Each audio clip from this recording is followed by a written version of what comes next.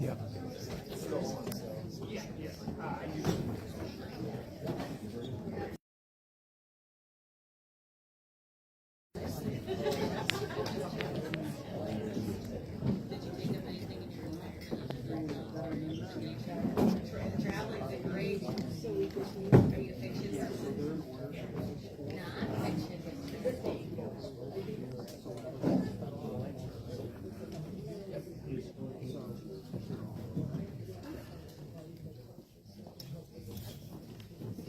Good evening, ladies and gentlemen. I'm Susan Chandler. I'm chair of the CD1. I am so thrilled to have you here, and on stage are wonderful Democratic candidates for congressional district. The CD1 board, executive board, has made it one of our key goals to bring as many opportunities.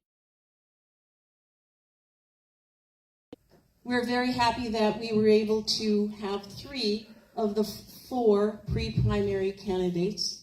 All candidates were invited, but as you may have seen in the news, Randy Bryce and Adam Fulmer stopped their race, and Miguel Aranda unfortunately had other obligations tonight, so he's not able to be here. But we have these candidates, and we have a moderator who is Alex Whitaker, member of the Kenosha County Democratic Party. And I'll turn it over to Alex now. Thank you.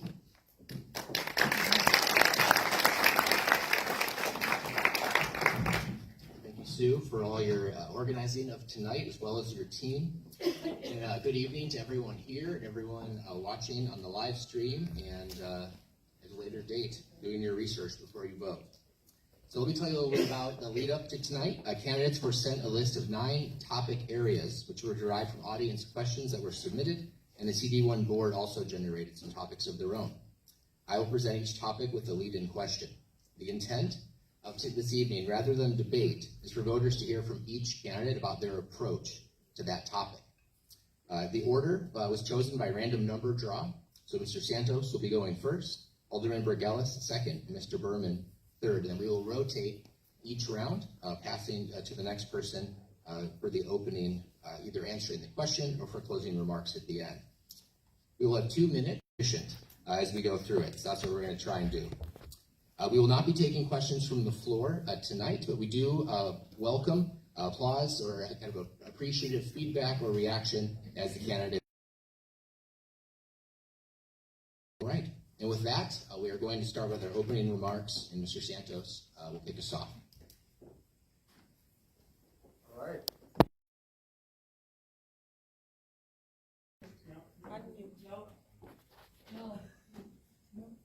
Yeah, we should begin. Good evening, everybody. Success. All right, my name is Lorenzo Santos. I am a resident of downtown Racine. I am an emergency manager, a naval officer, and I am a proud Democrat. And the reason I'm running right now is because what we have seen by Donald Trump, this administration, and frankly, by Brian Style, is they are at an all-time high of audacity. They're coming after our rights. They're coming after the economy. They're sending our military overseas in a war that we should not be in. We have to make sure that we have a member of Congress who is willing to stand up and willing to fight back. Right now, Donald Trump is up north saying that he's protecting farmers when this war in Iran has done nothing but make their jobs harder. And it just made it harder on the end consumer. So I think it's important that we make sure that we have someone in Congress that understands the issues and that is willing to stand up, whether it's a Democratic president or a Republican president, and stand up for the people of the 1st District of Wisconsin. Because in my conversations across the district, voters are looking for someone that cares.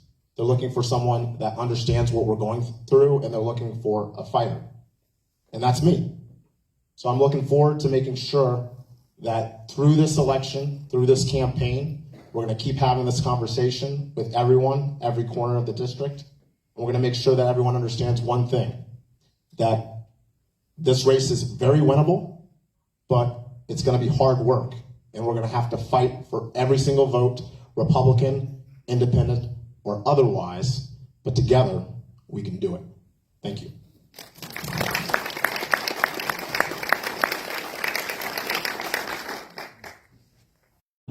Of immigrants from Latvia, immigrants who fought for everything that they earned. I've had a lot of jobs in my career. I helped a nonprofit, tripled the revenue in 4 years. I opened a restaurant with some buddies. And for the last 20 years, I helped families become homeowners by handing the keys over, helping them finance their homes, handing the keys over at the closing table, letting them be homeowners.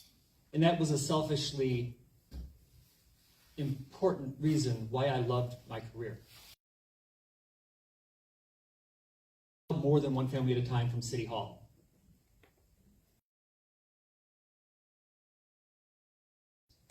That he didn't represent my values in City Hall. He voted against an ordinance that banned gay conversion therapy in the city of Milwaukee. It still passed 12-2, but he was one of the two.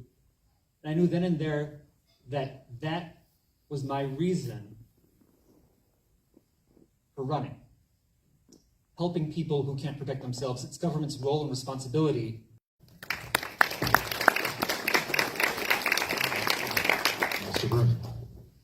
I was the first in my family to graduate from college, and I earned a degree in nursing.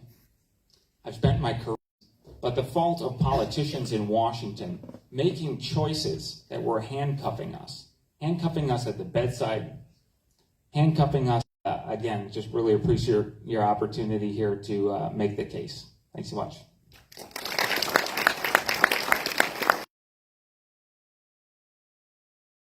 Thank you, gentlemen. Now we'll move into the questions. Alderman Burgellis will be the first to answer for this round. We're going to start out with something like war. The Constitution gives Congress the authority to declare war and authorize military force. What criteria or deployment abroad? Thank you, Alex, and thank you, Sue, also for organizing tonight. My family knows the trauma of war, and I don't think there's anything that can justify a war of choice. The U.S. has lost global credibility as being a superpower for peace. I don't think you'll find anyone on this stage that disagrees that Brian Stiles' vote was an assault on our democratic freedom across the world. I can't think of anything short of aggression against the U.S.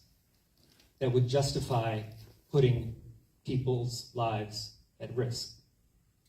We've seen from this administration that the war of choice in Iran has killed service members. It's increased our costs at home. It's hurt our farmers. Maybe they have enough fertilizer for this year, but next year, they won't be able to afford it. Brian Stile has voted to support this war of choice, and as a result, costs have gone up. Democrats have to show up, not one penny for Donald Trump's war of choice. This is too important. This election in November is too important for Democrats to lose. We have to flip this seat. We have to beat Brian Stile, flip Congress, and hold this administration accountable for their crimes, not just war crimes, but their crimes against democracy, against our own republic. This election is far too important. Thank you. Mr. Brim? So I worked at the... Hello? Do you have it muted? Hello? No. Do it again. There we go. All right. Perfect. So I worked at the VA. I saw the result of endless and abdicated his duty as a congressman and to us here in this district and voted against the War Powers Resolution. I don't know how he sleeps at night. Because if you saw what I saw at the VA, you would never subject our brave men and women to another choice, and we have money for war, but we never have enough money to take care of. I'm sick of it. I'm tired of politicians having money for war, having money for a ballroom, having money for a slush fund, but yet cutting Medicaid, by cutting SNAP, and giving tax breaks to billionaires while we're all asked to tighten our belts. I'm tired of tightening my belt. I'm tired of being asked to buy a smaller turkey at Thanksgiving and one less pie. And I think it's about time we get BS out of Washington.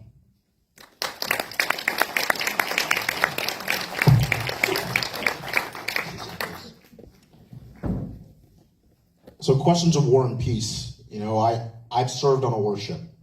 I've been overseas, I've deployed, I've been on the opposite side of these kinds of decisions.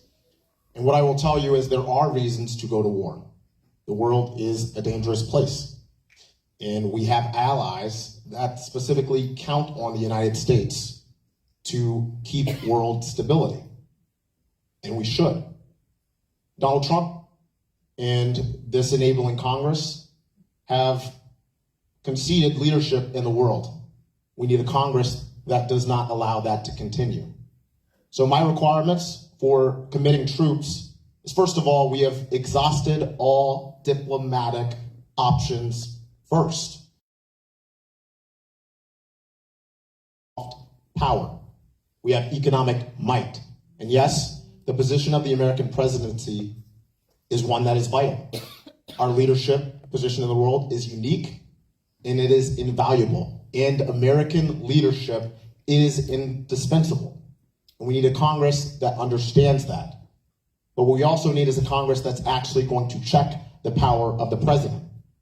When the president of the United States, and Democrats and Republicans are both guilty of this, they use power, they commit troops without asking Congress. I don't care what party the president is from. In the future, they have to meet the requirement of the Congress in order to do that in the future. And with my vote as the next member of Congress for the 1st District, I will make sure that happens.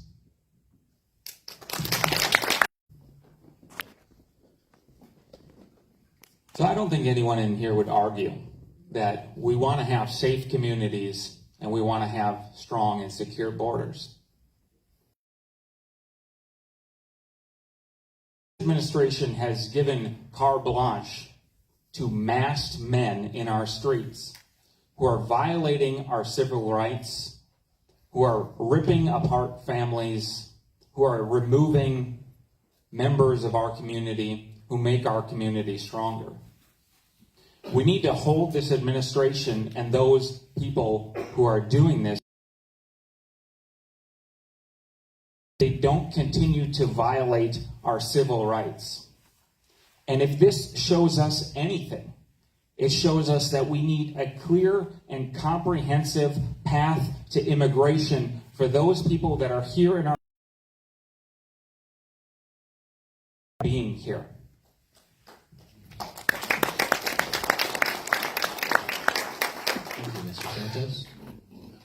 See, the Republican Party doesn't actually make any sense to me in this regard. They are the party of patriotism, and they love to talk about how we're the greatest country in the world, except they don't understand why people want to be citizens here. And when people want not worried about immigration and customs, I want to make sure that from a homeland security standpoint, and that's what I studied at George Washington University, we are taking Border Patrol and making sure that they're actually at the pulling them into Chicago, Minnesota, and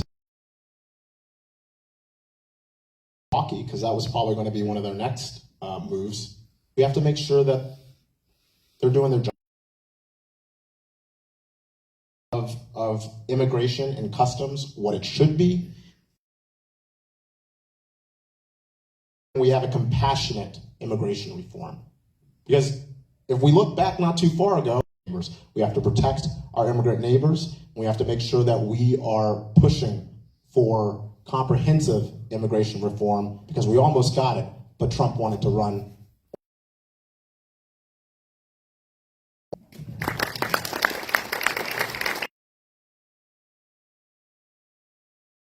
Thank you. Immigration has touched my family from its very... Without immigration after World War II, my family would not have found a place where we can thrive and prosper and become Americans. But I have a record on ICE and immigration, where in my community, we passed resolutions murder of our citizens in our country. I co-authored a resolution and co-authored an ordinance that bans law enforcement from wearing masks and or hiding their identity. These are real results that come not because it's the political hot topic of the moment, but it comes from my constituents. My constituents wanted that. My constituents called on me to act. And along with my colleagues, we did. Long back to Madison in November with state law changes. But in the meantime, every community has an opportunity, and I'll say it, a responsibility. That's what I've done on my record as an elected. That's what I'll do in Congress to defend the rights for everyone in our community. That we're not just surviving, we're able to thrive. It's really important. And a lot of that means what's our take-home pay? How much do you actually have to go when you're spending money at the grocery store? But if you go to that grocery store, how much are prices? Because I went to the gas station today and I tried to buy a drink and they were doing price increases. And he said, sorry, that's not the price. I actually just had to increase it because everything's going on. Making sure that we have a Congress that asserts its power over world affairs because the war in Iran is driving up the global cost of oil. And we have to ensure that we have a Congress who holds this president to account. If you have a fifth of the world's oil going through the Strait of Hormuz, and also, by the way, farmers, because Trump's up there trying to convince people that he's for farmers, but you started a war that drives up the cost of the fuel so they can't fill up their tractors, and they can't afford the fertilizer, and then, by the way, they have to increase the price of goods on the end consumer, which is us, when they don't want to. And oh, by the way, and a lot of these farms have been in families for generations. So we have to have a Congress that understands that. We have to make sure that we are asserting that the president actually stand up for these farms like he says he will. We have to make sure that we have an economy that is not allowing tariffs to continue because these tariffs have wreaked havoc on the economy as well. So Trump is just run amok. Brian Stile doesn't have a backbone enough to say a damn thing to him. We have to have a representative who's willing to do that, and I intend to.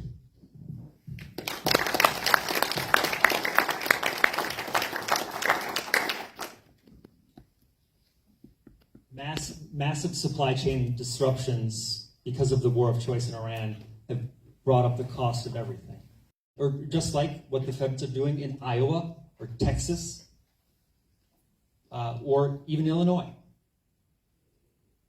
Affordability at home, different places. And when I'm elected to represent the 1st District in Washington, D.C., I will join Congressman Mark Pocan in co-sponsoring H.R. 3543, the College Act for All, which allows no cuts to bring our economy, provide basic services to our communities. We discharge them with. I've been a union employee at every single organized facility that I've been at. We're going to raise the minimum wage to where it's a living wage.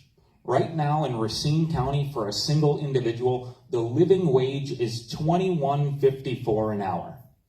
That's what it costs just to make the median rent, the median utility cost, the median cost of groceries. $21.54. And we need to end the tariffs, Trump's unconstitutional tariffs. Communities are raising concerns about energy consumption, water use, land development, and economic benefits. What federal policies, if any, would you support regarding the development and regulation of data centers? Thank you for the question, and I need to make a quick note that I also was a Teamster for UPS, loading airplanes in Louisville that went over to Mitchell's trucks that he unloaded. So I worked from 1 to 4 in the morning, and Mitchell, I was in my late 20s. It gave me health care. I would not have been able to go back to school and finish my bachelor's degree if it weren't for UPS and the Teamsters contract that afforded me that opportunity. On data centers. Data centers are something very new, right? The impacts are being felt after they're being built across communities in Wisconsin. And that's really a zoning problem, where local communities, municipalities, cities are blindly allowing these massive construction projects. We want the jobs, right? But those jobs won't be here to stay. And the destruction of our farms and our land and our cities and our communities is far too high of a price to pay. In Milwaukee, next week, we have hearings in committee about legislation that Alder Dmitrievich and I have authored that regulate data centers, where they're allowed, how big they can be, where it's a special use, and the large data centers will be prohibited in our community. Every other community in Wisconsin should follow our lead, because this is something that can be solved with existing frameworks in municipalities. But you have to have zoning codes to do it, and a lot of rural communities don't. It's up to your local electeds to hold the line. When we have a trifecta in Madison, we'll likely have better state legislation that addresses this, but in the meantime, municipalities can do the work and can protect our communities from these terrible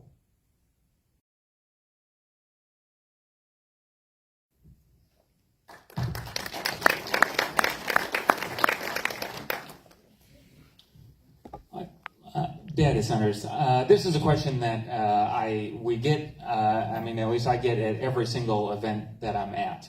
And the one thing that I think comes across is that we don't want to stifle innovation. We don't want to prevent ourselves from keeping up with the rest. Out of that whole debacle was increased tax bills. Every single year, our tax bill went up by double digits to pay for the infrastructure for something that never came. And that should not be allowed to happen. Data centers can be a good thing. They can provide great paying jobs for unions. They're multi-year jobs where you can take apprentices, where we are so short in some of our trades right now, and have them end the job by being journeymen and get these people back to work where we need them. We need more electricians. We need more bricklayers. We need to put restrictions in place so you're not holding the bill for the utility bill, so that they're not polluting our water and polluting our air. And if we can do that, I think we can find a place where they can be a beneficial member of our community.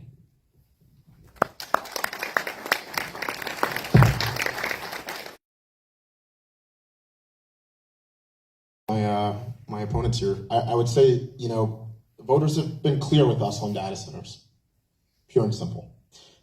As a party, as a country, representatives should be representing their constituents. And they have been clear on what they feel about data centers. It's very important. Now, I understand that they will bring temporary jobs. I get that.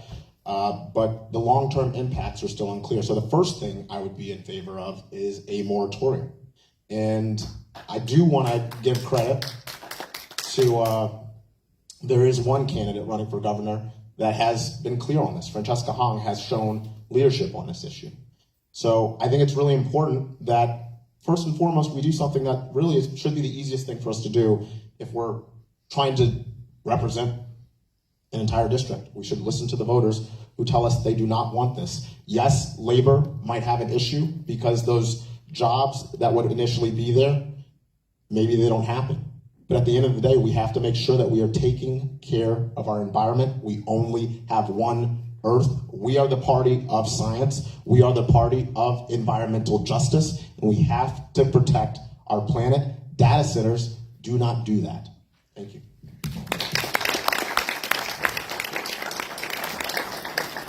Thank you, gentlemen. All right, now we'll move on to our next topic, which is I think we need to end all partisan gerrymandering, and we need to have nonpartisan committees so they can still make decisions on things that drive their returns up.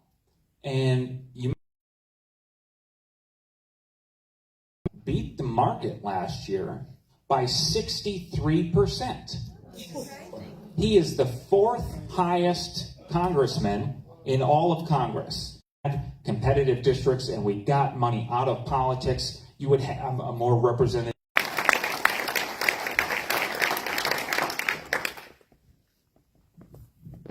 Voting rights are under attack. We need to stop tugging on the ref and saying, look what they're doing. We need to be ready to foul back because they are going to cheat. This is a party that cheats. They do not care. And they have proven that they do not play by the rules. Down south, that's going to continue. We need to make sure we're not allowing it to happen in Wisconsin as well. When it comes to stock trading and all this, all these side quests that Brian Style is on, that comes to transparency. Congress gets information that the public is not privy to, and then they go back and they enrich themselves on that. That is pure and simple corruption. So we need to make sure that they're not doing that. And if we are representing our constituents, everyone should have a problem with members of Congress that are getting that information being able to enrich themselves, first of all, while our constituents are struggling.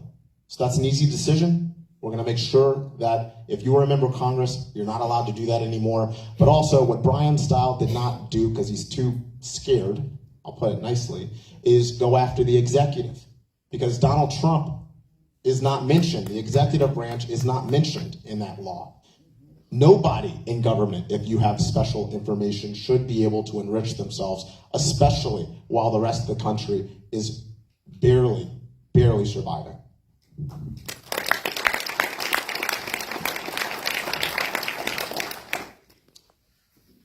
The first congressional district is a gerrymandered district. All of the congressional districts in Wisconsin are. We have a pretty much, depending on the year, 50-50. 6 gerrymandered Republican districts and just 2 Democratic ones. Out west, we've seen what great Democrats are doing. Then we'll flip Congress, and then we'll finally have accountability back at the federal government. With insider trading and stock, and make it public. When Brian Stiles' SAVE Act almost passed in Congress, since 3 weeks ago, right? Democrats have to make sure that we restore voting rights and make sure that Brian Stiles' Voting Rights Act never sees the light of day, and we pass the John Lewis Voting Rights Act immediately in January.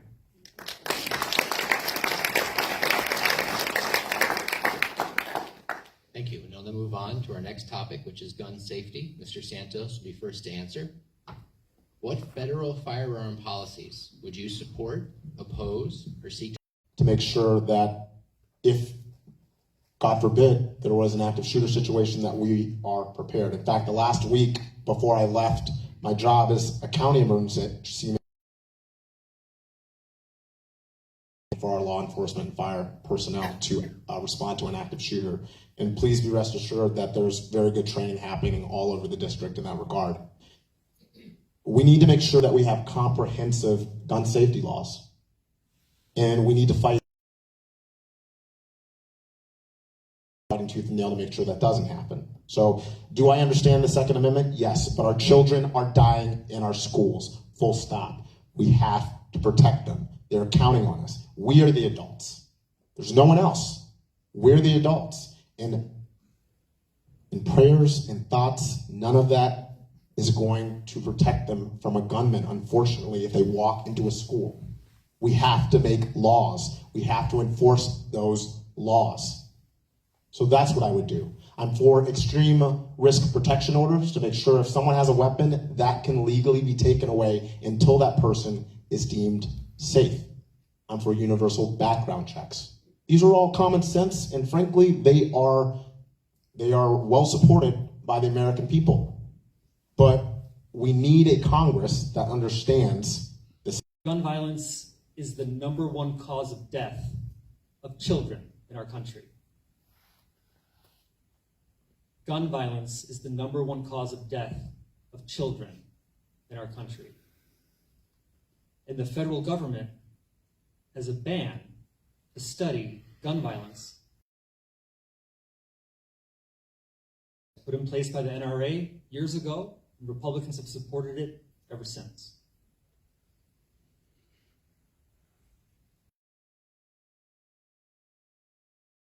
Mitigate and learn how to deal with increased gun violence. We've seen what works. In communities across our state, across our country, upstream investments and violence interrupters make a difference. They've made a difference in our community. And we have to ensure that federal support for upstream violence prevention programs. This country that doesn't infringe on the Second Amendment and doesn't infringe on anyone's.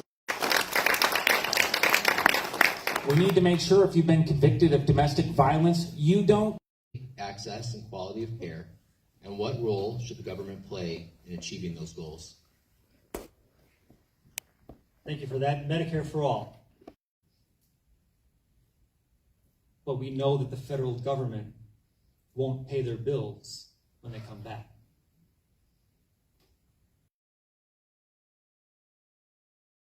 Big health insurance companies and healthcare companies lobby Congress extensively to prevent Medicare for all. And in opposition to those pressures, don't believe that anyone in this room knows someone who hasn't been hurt by healthcare costs. Healthcare is unaffordable, and we need to make it affordable. And it was because an insurance company denied her medical care. And she qualified Health, who's one of the largest insurers in this country, who owns the pharmacy, who owns the pharmacy benefit manager, who owns the clinic doctor without having to claim bankruptcy. Because that's the #1 cause of bankruptcy in this country right now. And we're going to have it because we're about to have a Democratic majority, and they will pass it.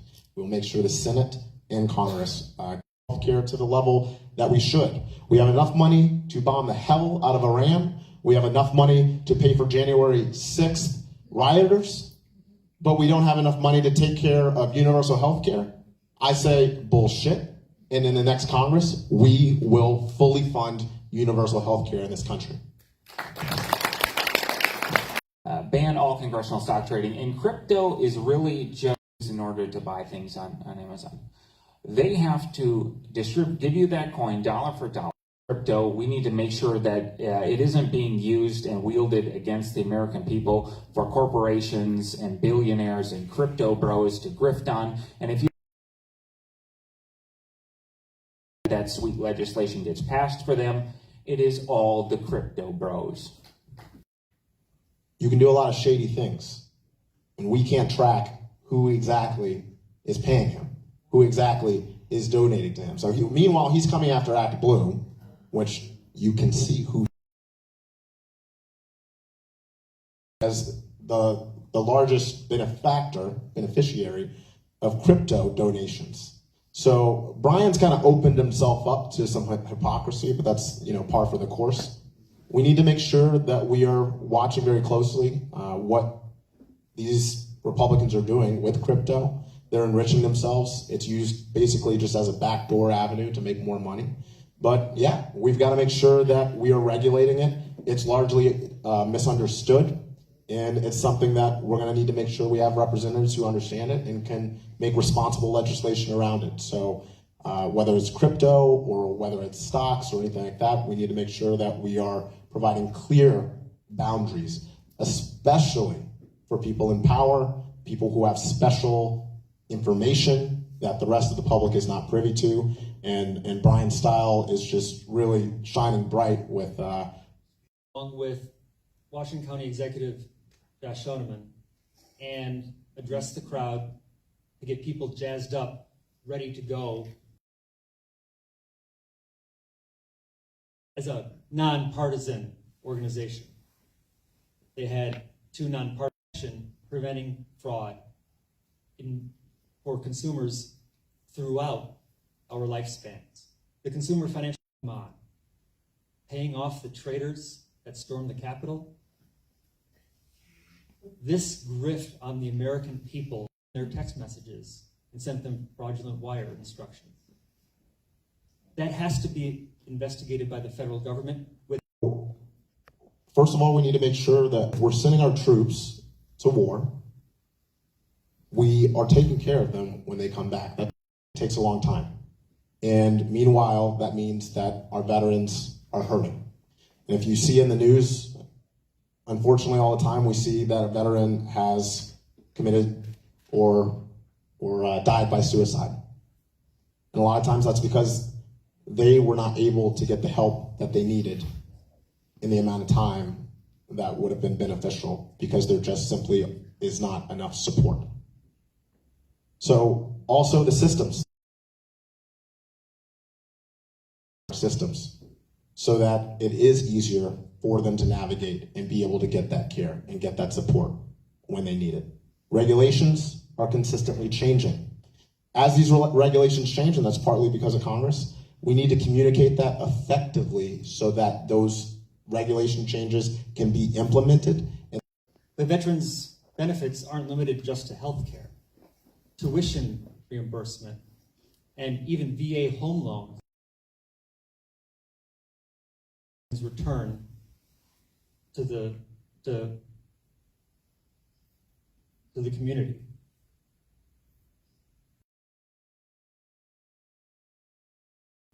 Purchase a home. They could do that with zero down payment. They could do that with zero mortgage insurance. $100 out of pocket.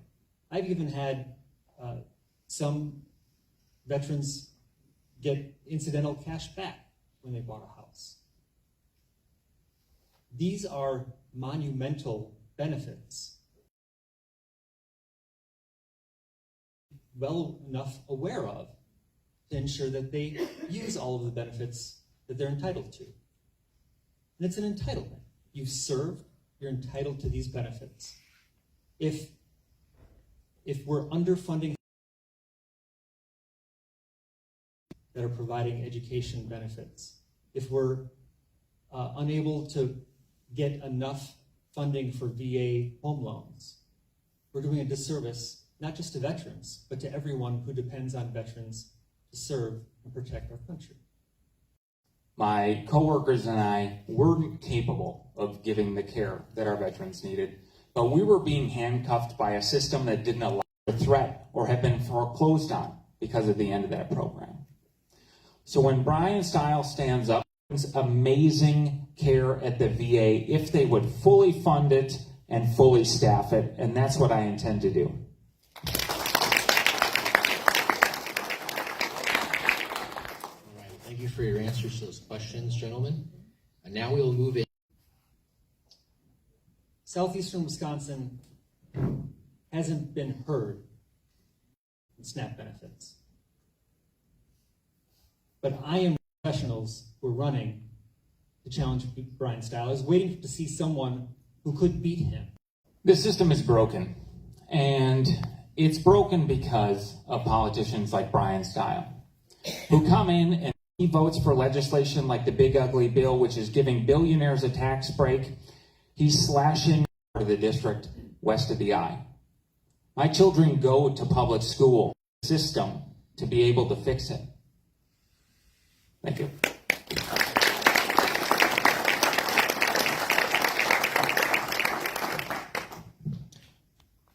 Sue, thank you for hosting. Alex, thank you for moderating. Kenosha Democratic Coalition, and we can fight. Brian knows that he is vulnerable. Even with the district the way it is, we watched what Chris Taylor did in this district. We watch what happens when we finally coalesce around a candidate that is strong and that is ready to fight. I intend to be that candidate. I am building coalitions across the district. I'm getting people involved, and we are going to make sure that we have the resources to beat Brian Style. I do want to make enough candidates that have been in this district, that understand this district. Mitch or I need your help beating Brian Style. So I just have to tell you that. We are going to win. Despite, I'm asking you to take a look at my campaign. First District Committee, and thank you all for coming tonight as well. Thank you.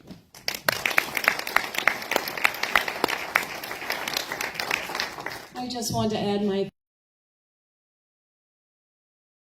we understand the difficulty that this race is, and you all, this race will be won by 3 to 5 votes in each ward. You have the pulse to be able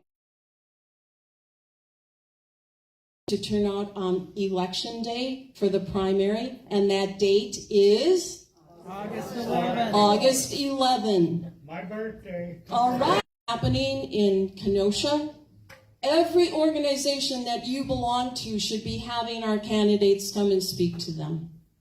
They need your money, they need your support, but most of all, they need your vote. And we have the power. When we show up, we win. I thank you all. Till 8:30. So I hope our candidates can go out and mingle with you, and you can have some more time. Thank you all very much.